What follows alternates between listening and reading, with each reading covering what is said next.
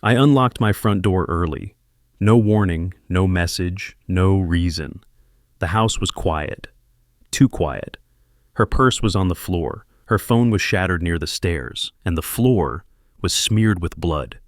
30 minutes later, I was standing in a hospital hallway, staring through glass, watching my wife in the ICU, connected to machines, fighting for her life. And the nurse said something that made my knees almost give out. "Sir, she wasn't alone when this happened." Before we continue, please subscribe to the channel and let us know where you're listening from in the comments. My name is Daniel Brooks. I'm 62 years old, and I live in Raleigh, North Carolina. I thought I was coming home early to surprise my wife. Instead, I walked into a nightmare that exposed a secret inside my marriage I was never meant to find. And the truth behind how she ended up in the ICU nearly destroyed everything I believed about her. I keep replaying that morning in my head, not because I want to, but because my mind refuses to let it go. I had come home early on a Tuesday. That alone was unusual. For 30 years, my schedule had been predictable. Leave at 6, home after 7, like clockwork. That day, a meeting got canceled. No warning, no explanation. I didn't even text my wife. I wanted to surprise her. I wish I hadn't. The moment I unlocked the front door, something felt wrong. Not dramatic wrong, subtle wrong. The air felt stale, heavy, like the house had been holding its breath. "Linda," I called out. No answer. That wasn't unusual. She liked listening to podcasts with headphones while cooking. I took 2 steps inside and nearly slipped. Something dark smeared across the hardwood floor near the staircase. At first, my brain refused to name it. Then the smell hit me. Metallic, sharp, blood. My heart slammed against my ribs. I dropped in my bag and rushed forward. Her purse was on the floor, open, spilled, keys scattered, wallet half out. Linda never left her purse like that. Never. Her phone lay a few feet away. The screen was shattered, like it had been thrown or slammed. "Linda!" I shouted. My voice echoed back at me, thin and useless. I ran through the house. Kitchen, bathroom, bedroom, nothing. No signs of forced entry, no broken windows, no open doors, just blood and silence. My hands shook as I grabbed my phone and dialed 911. I don't remember everything I said. I remember saying my address 3 times. I remember my voice cracking when I said, "My wife, there's blood, she's gone." The operator kept telling me to breathe. I couldn't. The police arrived first, then the paramedics. They asked questions I couldn't answer. When was the last time I saw her? Did we argue? Did she have any medical conditions? I answered automatically. Last night, no. One paramedic came back inside after checking something in the driveway. "Sir," he said carefully, "we need you to come with us." My stomach dropped. They didn't take me back into the house. They took me to the hospital. That's when I knew she was alive. Barely. The ICU smelled like disinfectant and fear. Machines beeped softly, steady and cruel. I stood behind a glass wall, watching my wife, my strong, stubborn, endlessly kind Linda, lying motionless in a hospital bed. Tubes everywhere, bruises blooming along her neck and arms, a bandage wrapped around her head. She looked smaller, fragile, like someone had taken the life out of her and left the shell behind. A nurse stood beside me. "She was found unconscious," she said. "Severe head trauma, internal bleeding. We stabilized her, but—" She paused. "But what?" I demanded. "She's critical," she said quietly. "The next 24 hours are very important." I pressed my hand against the glass. I wanted to touch her, to apologize, to ask her what happened. But she didn't move, didn't stir, didn't open her eyes. A police officer joined us, middle-aged, calm, professional. "Mr. Brooks," he said, "I need to ask you a few questions." I nodded numbly. "Your wife didn't collapse," he said. "This wasn't an accident." My chest tightened. "What do you mean?" He lowered his voice. "She was assaulted." The word didn't register at first. Assaulted. Someone hurt her. In our home. I felt dizzy. "Do you know anyone who would want to harm your wife?" he asked. "No," I said immediately. "No one." "Anyone she was meeting today? Anyone she mentioned recently? Any changes in behavior?" Each question felt like a needle. I answered honestly, "No. The officer studied my face carefully, then nodded. "There's one more thing," he said. I looked up. "The injuries suggest she wasn't alone," he continued. "There were signs of a struggle, and based on what we found," he hesitated. "Based on what?" I snapped. "Based on what we found at the house," he said slowly. "This wasn't a random break-in." My heart pounded. "Then what was it?" He met my eyes. "We believe she knew the person who hurt her." The words hit harder than any punch. Knew them? That made no sense. Linda was careful. She didn't invite strangers inside. She didn't open the door without checking, unless it was someone she trusted. A nurse interrupted us. "Mr. Brooks," she said softly, "we found something in your wife's belongings." She handed me a small plastic bag. Inside was Linda's phone, not the shattered one from the floor, but a second phone. Old, cheap, the kind you don't use unless you don't want to be traced. My breath caught. "I've never seen this before," I whispered. The nurse nodded. "It was hidden in her coat pocket," she said, "and it rang, right after she was admitted." My pulse spiked. "Who called?" I asked. She hesitated. "It wasn't saved as a contact," she said, "but the last incoming call." She turned the phone so I could see the screen. One missed call from a number I didn't recognize. And beneath it, a single unsent text message, 5 words.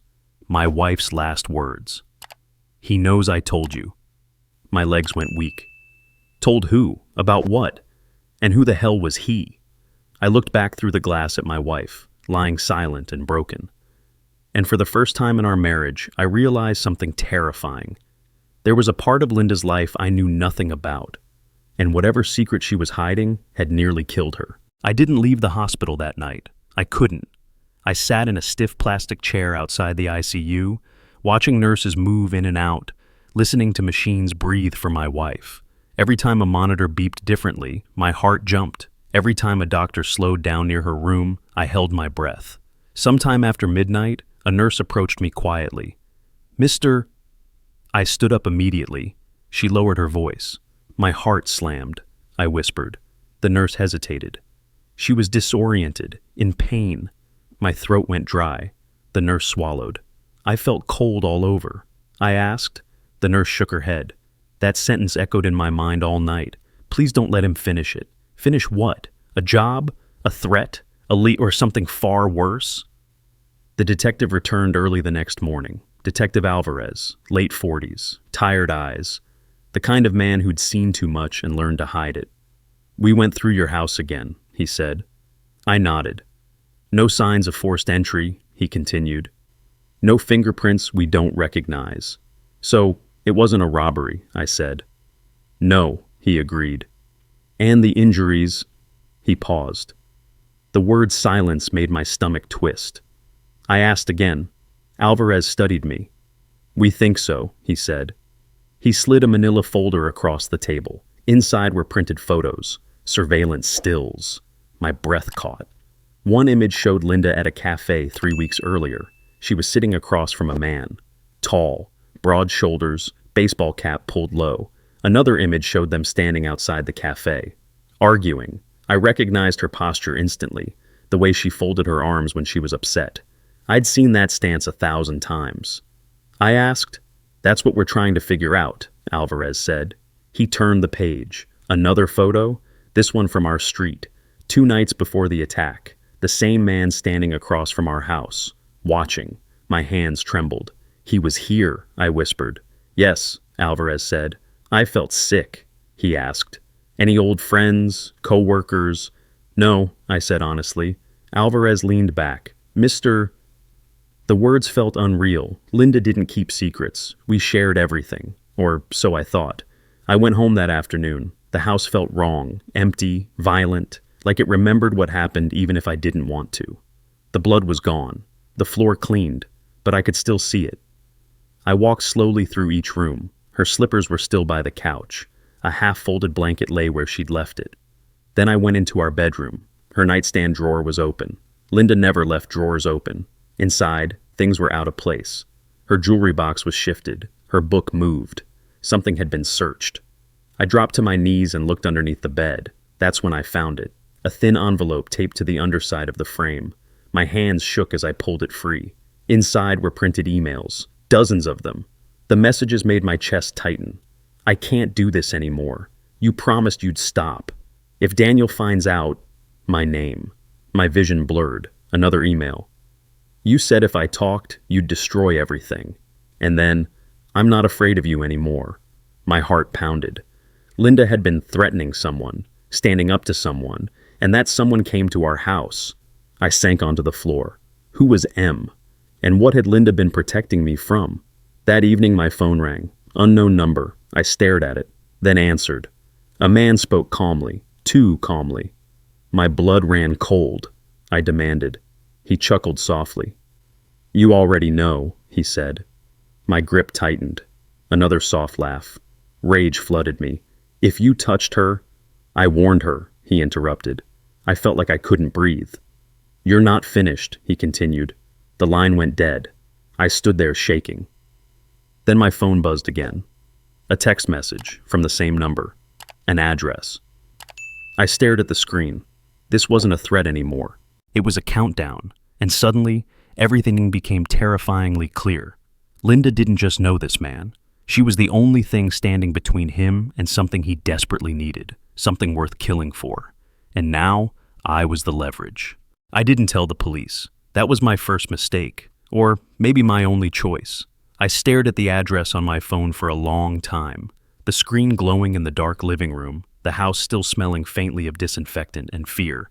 If I told Alvarez, he'd bring backup, sirens, guns, and whoever M was, he'd disappear. Linda would die in that ICU bed with answers still locked inside her skull. So I grabbed my keys, and I went alone. The address led me to an old industrial park on the edge of the city. Abandoned warehouses, cracked pavement, no streetlights. The kind of place no one accidentally wanders into. I parked a block away and walked the rest. Each step felt louder than the last. My heart hammered so hard I was sure he could hear it. A single warehouse door stood open. Light spilled out. Yellow, harsh, unforgiving. I stepped inside. The smell hit me first. Oil, dust, metal, and something else underneath. Fear. He was standing near a folding table, hands resting calmly on the edge, like he'd been waiting for me all day. Late 40s, clean cut, expensive jacket.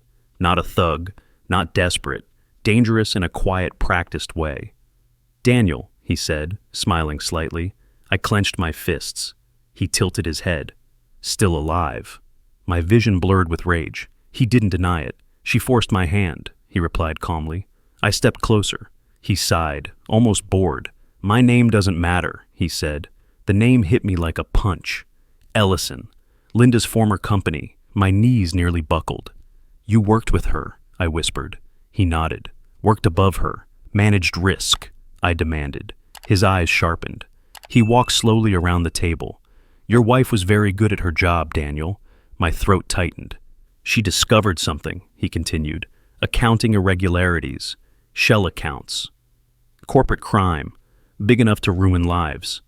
She brought it to me, he said. And you didn't, I said bitterly. He stopped. I tried, he said quietly. My chest burned. Disappear, he continued.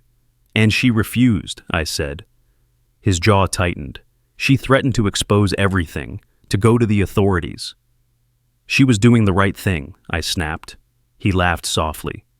There is no right thing at that level, Daniel. I felt sick. So you followed her, I said, watched her. He didn't answer immediately. My hands shook. I asked. His eyes locked onto mine. A drive, he said, encrypted. My stomach dropped. I swallowed. I know you do, he said calmly. I shook my head. He stepped closer. Suddenly a door slammed behind me. I spun. 2 men, big, silent. My pulse roared. Ellison sighed. This didn't have to be difficult, he said. He leaned in. You have one chance, he said softly. My heart stopped. I asked. He straightened. I felt like I was going to vomit.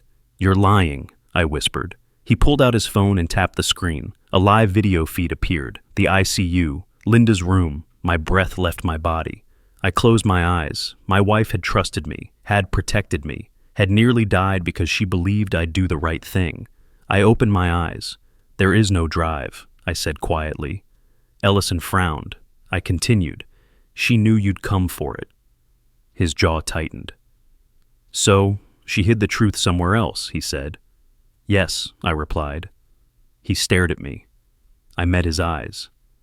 Silence. Then he laughed, a sharp, humorless sound. "No," I said. "She mailed everything the week before the attack, multiple agencies." His smile vanished. I watched the calculation flicker across his face.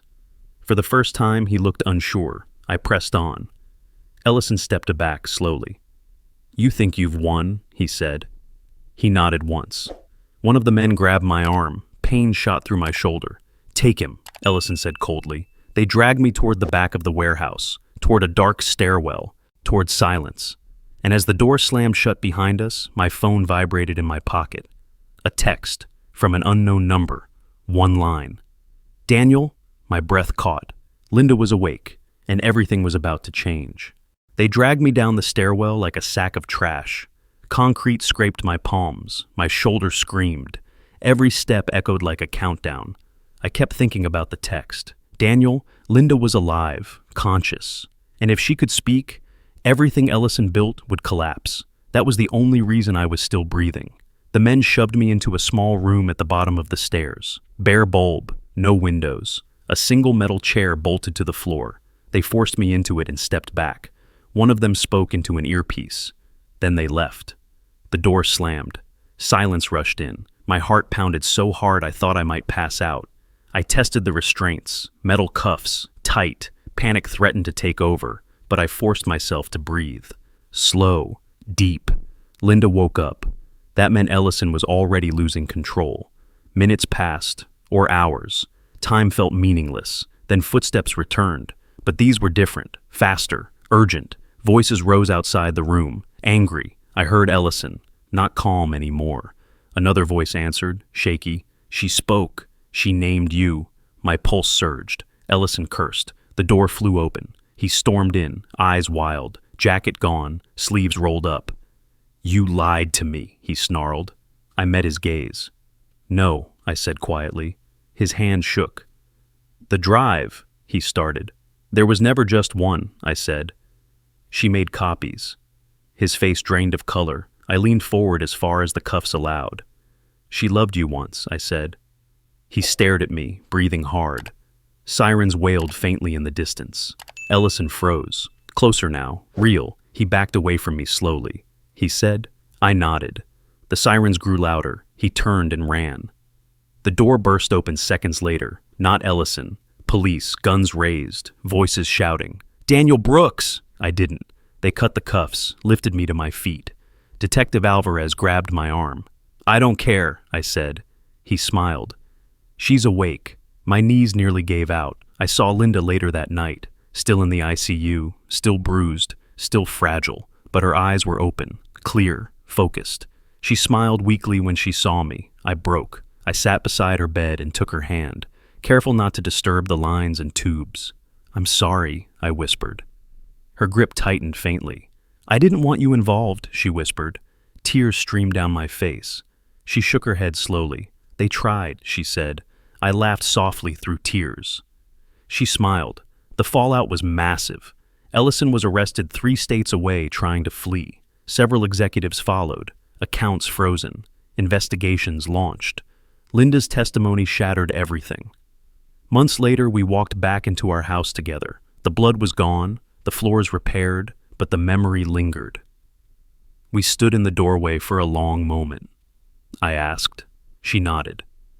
We stepped inside. The house felt different, lighter, like it could finally breathe again. That night, we slept in the same bed for the first time since the attack. I woke once, heart racing, half expecting another nightmare. But Linda was there, alive, warm, safe. She squeezed my hand. "It's over," she whispered. And for the first time since that terrible morning, I believed it. Final line. Sometimes coming home early doesn't just save a life. Sometimes it exposes the truth that was never meant to stay buried.